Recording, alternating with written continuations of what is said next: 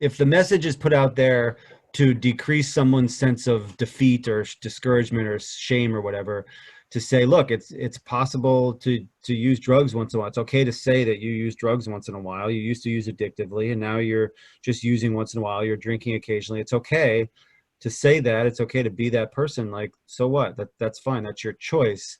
Um, the the the problem with that is that this is key, is that what if the person can't? Can't what? They have found themselves, they're saying, you know, I felt bad that I've not been able to use alcohol or drugs in a way that is healthier or less destructive. I can't not use alcohol or drugs completely. I can't go totally abstinent or drug free. I've got one group of people that's saying, you know, living alcohol and drug free is the way to go. I've got another group of people saying that no, you can use in a way that reduces harm, and you know, in a way that you can use drugs and it's possible to use it once in a while. But I can't do either one of those things. I'm going to be discouraged by both messages.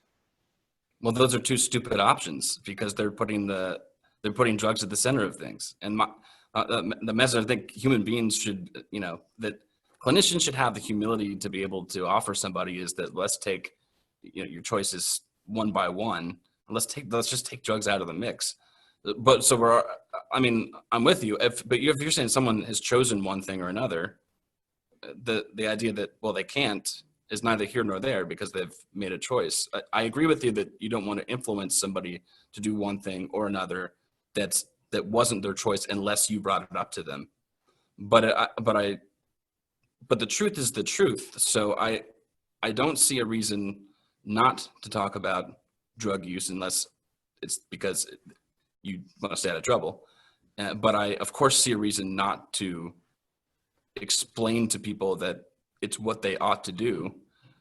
I don't see the harm in just having, and I don't see it being harmful that people honestly talk about healthy drug use for themselves, because I think that people are going to see that in one way or another. I work with kids. I'm actually here at the high school where I work, and I work with kids who hear messages from adults frequently telling them that one thing or the other is true, and they see this third, you know, quasi-truth thing that's happening among their peer group, and they trust their peer group more. So if you say drugs are horrible, you can't do them, and then they go among their peers, and there's a peer that they really respect, or maybe somebody else in the world that they really respect, and they are doing drugs, and it seems okay. That's a confusing message. So I think the benefit of just open, you know, a laissez-faire conversation about drug use, at least, would be that, you know, the context.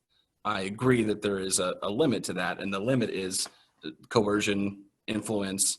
You know, if you're trying to make it fashionable to do one thing or another, in the sense that it's going to influence a person's decision whether to do it, and that influence is gone beyond just the betterment of him or herself, or just, you know, putting things in context of themselves, then that would be a problem. But I'm not too incredibly worried about it. I'm more worried about the dishonesty that it couldn't happen, and people being afraid to speak about it.